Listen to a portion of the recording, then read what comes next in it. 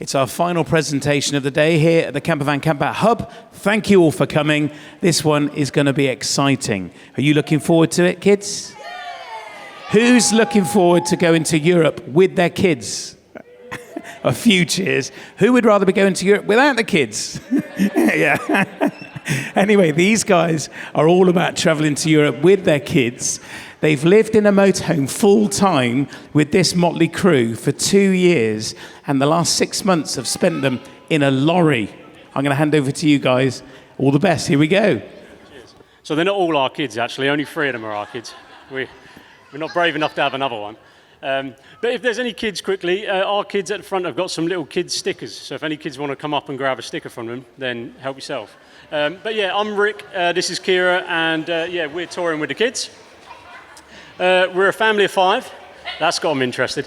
We're a family of 5 plus a new puppy. We've got an 11-week-old Cocker Spaniel that's waking me up again, so it's like having a new baby. And yeah, we live in a self-build 7.5-ton truck, and we've been full-time for the past 2 years. Yeah, so during that time, we have traveled to 16 countries in total, most of which have been in Europe, but we have just got back from Morocco in Africa, which was absolutely incredible. We homeschool our kids on the road because they can't go to school while we're traveling, which is always fun, not always easy, but we think it's really good for them. And we share all of our adventures on our YouTube channel, Touring with the Kids. So if you aren't following, you can head over to YouTube and watch our adventures. Yeah, so why travel to Europe? Now, the UK has got some fantastic places, but why you should travel to Europe or over to the mainland is to find those new cultures, get those new experiences, and it's just an exciting thing to do with the family. That's right. So if you're planning a trip to Europe, where do you begin? Now, these are a few things that you might want to consider. So firstly is the weather. Are you looking for guaranteed sunshine, or are you willing to compromise a bit? That's going to help you decide where to go. Yeah, and then there's the sort of adventure you want to go on. That's us sitting next to the Nigersbreen Glacier in Norway. And you can find these places. They're all over the place. So, yeah. Absolutely. So another thing is, how far do you actually want to travel? You might only have 2 weeks, you might have 4 weeks, you might be taking a longer trip, but decide how far you actually want to travel during that time, because that's a big thing to consider. Okay, so we thought we'd just share some of the places that we've been to as a bit of sort of location inspiration. So first up is Norway. We love Norway. We did a talk here last year on Norway. It's just an incredible place from top to bottom. It is just insanely beautiful, magical, magical place. The waterfalls alone, you could make a road trip just seeing waterfall after waterfall after waterfall. It's absolutely stunning. There we are, and as Rick mentioned earlier, that is us in front of the Nigersbreen Glacier, which is one of those family bucket list experiences. We'll never forget that one. It's really cool because you get to sort of park up and then travel on a little boat across the glacial waters, and you've got like chunks of ice just floating around, and then obviously you reach the glacier just there. Yeah, and it's really accessible for motorhomes as well. You can get up there and get parked, even in a 7.5-ton lorry, I reckon. You reckon? Yeah, it's up for a challenge. And then, yeah, Norway you've got some incredible roads. So the Trollstigen Road, made famous by Top Gear, is absolutely insane on a good day. That's what it looks like on a bad day. You can't see anything. But yeah, Norway, again, from top to bottom, has got some fantastic roads. If you like road trips, if you like driving like I do, then you'll get an incredible buzz from just heading over there. And then you move on to Spain, and if you are looking for sunshine, then Spain is probably one of the places you're going to be looking at. We tend to spend a bit of time in Spain over winter. This one here is the Bardenas Reales. It's a semi-desert landscape, absolutely stunning. We obviously hired a 4x4 to make it a bit more accessible for us. And in the middle picture there, you can just see the white bit. That's not clouds, that's actually the Pyrenees. And then going off the beaten track a little bit, you can find all these little hidden gems. This is us enjoying these hot springs in Zijan, I think it's called, in sort of the south. Yeah, beautiful. You come across all these little places. We recommended this place, and you can actually wild camp there as well. So really good. And then you've got the Ebro Delta region. Now, before this, I never knew that you could see wild flamingos in Spain. but this is where you can find them. Just a beautiful natural area. If you like nature, if you like bird watching, something a little bit more relaxing, then this is probably a place you should consider. Okay, a bit closer to home, the Netherlands. So you can just jump across. There's a ferry actually from Harwich to the Hook of Holland, which we've taken before. This, I can never pronounce this, Akira's going to have to pronounce this. Hoog de Veluwe. There we go. And one thing I didn't know about this national park until we were there is that it's actually home to wild wolves. So there's actually wolves in the Netherlands, which I never realised. But you can actually hire a bike, which doesn't actually sound that safe when you think about it, wild wolves roaming around. But you do see a lot of wild boar there, and again, it's just an incredible place. I think it's the biggest national park in the Netherlands, and we stayed at a campsite there, which I believe, unfortunately, is now closed. Yeah, I think it is. But yeah, very nice place. And then you've got Geethorn, which you might have heard of. It's quite a famous place in the Netherlands. It is the place where there are no roads. So it's just, the water there, the waterways, and you hire a boat and just explore. And obviously, anything to do with a boat ride, the kids are going to love. And then a must-see if you're going to the Netherlands, Kinderdijk, famous from the beautiful windmills. And some of them are open as museums. So you actually get to look around and see how people lived.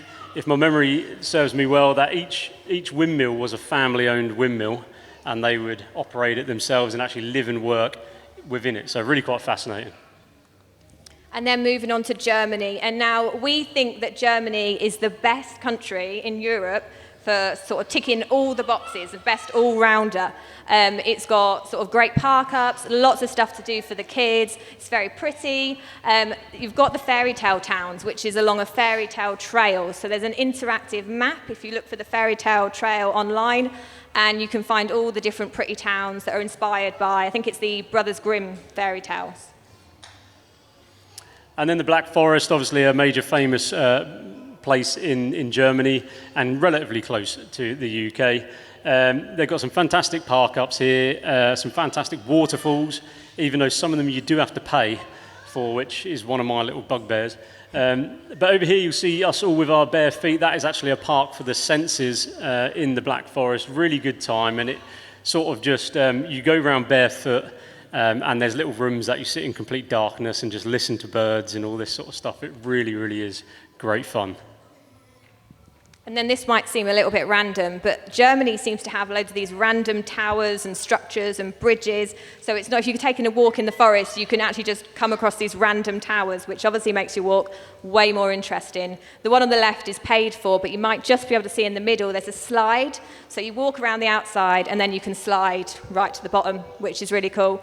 And then that bridge in the middle there, that suspension bridge, the name's gone, but it's one of the biggest. It's quite impressive, and it's completely free as well. So it's just on your nature walk across the bridge, really good fun.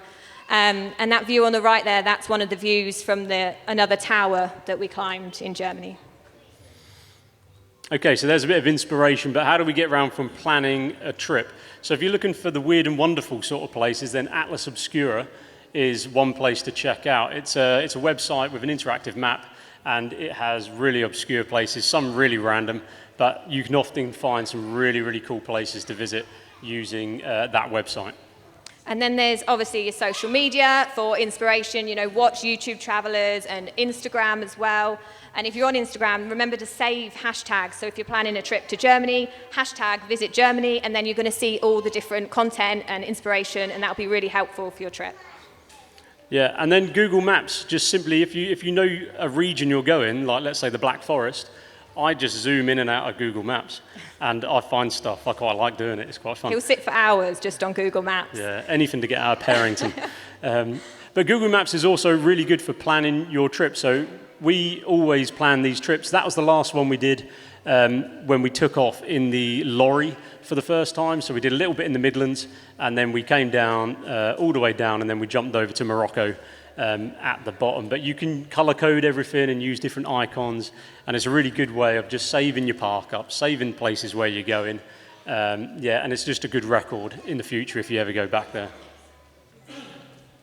So now is, where do you spend the night? So if you've not travelled to Europe before, this might be quite helpful because we don't have many airs in the UK. So I'll just run through them. You've got your campsites, you've got your airs, and you've got your wild park-ups. Now campsites, we don't tend to stay out too often, Because we're full-time and campsites tend to be a little bit pricey, we like the cheaper version. But if you're only going for like a week or two, then campsites are really good for families. Obviously, you've got all your activities there, entertainment sometimes, and swimming pools, so they're a really good option for that.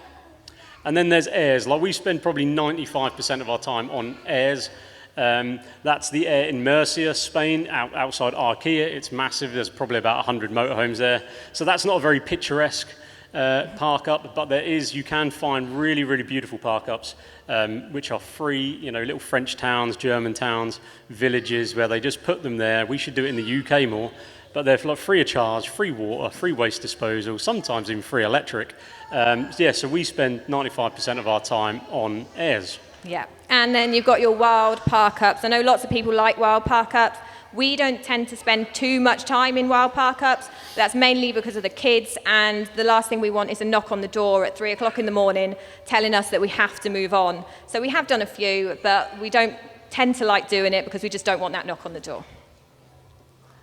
Okay, so how do you find these park ups? So these are the three main apps that we use: Park for Night, Camper Contact, and Search for Sites. They're all free at a basic level, or you can just subscribe for a year for I think it's like 10 quid or something like that.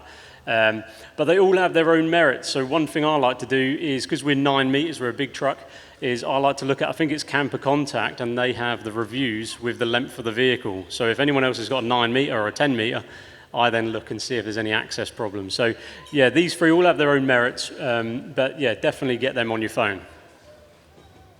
Yep, and then it's getting to Europe. Now, we always tend to take the ferry.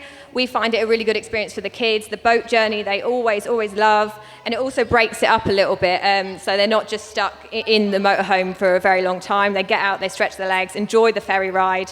And then obviously, if you go in the school holidays as well, you get the onboard entertainment. So you get the magician or the balloons being blown up and all the magic tricks, and kids love that sort of thing. Okay, so managing long journeys with kids. Now, as we said, we're full-time. As soon as we start the engine, we still get, are we there yet? Or how long is it? And we get that every 10 minutes throughout the whole journey. But there are things you can do to sort of make the journey a bit more enjoyable, have things to do. So each of our kids have a rucksack, and they fill it before we go with toys, colouring books, whatever they take a fancy of, and they bring it in the front with them to keep them occupied. Yeah, and this one's a really simple one, but we sometimes forget this one too, and it's just remember to take your snacks. Remember to have snacks within easy reach, and also a drink, obviously, and avoid travelling over lunchtime, because that's just a recipe for disaster. We've done it before, and sometimes accidentally, if we've not found our park up in time, we've had to move on, and everyone just gets grouchy. No one's having any fun. And finally, manage your driving hours. We all do it now and again, put in a long day, but just understand that if you put in too many hours, the kids are going to get more grouchy, and try not to do too many long days in a run. And we try and be really good at this one, and that's limiting your screen time. So if it's a long journey, we'll always try and give them the other activities to start with, and then the tablet will come out at the last end of the journey. It's a last resort, and if we're going on a shorter journey, especially like less than 2 hours, then we always try not to even take the tablet in the front with us and let them just use the other activities. Yeah, and that ties into the final thing, which is like boredom is okay. Like give it 10 minutes of being bored, and they'll start using their imagination to do whatever they want to do. So go for it. That was yours. So a few practical tips. Now, the first one is make sure you have your global health insurance card. This is a replacement for the EHIC card, but it's not a replacement for travel insurance. Please make sure you've still got your travel insurance. But it allows you to access the healthcare when you're abroad, sometimes free, sometimes you'll be just paying a cheaper price. And yeah, check your expiry dates. And if you don't have one, they're really, really easy to apply online. I think you just go on the NHS website. Yeah, second of all, it should have in every vehicle, but just make sure you've got an up-to-date first aid kit. Yeah, and give it a check. Yeah.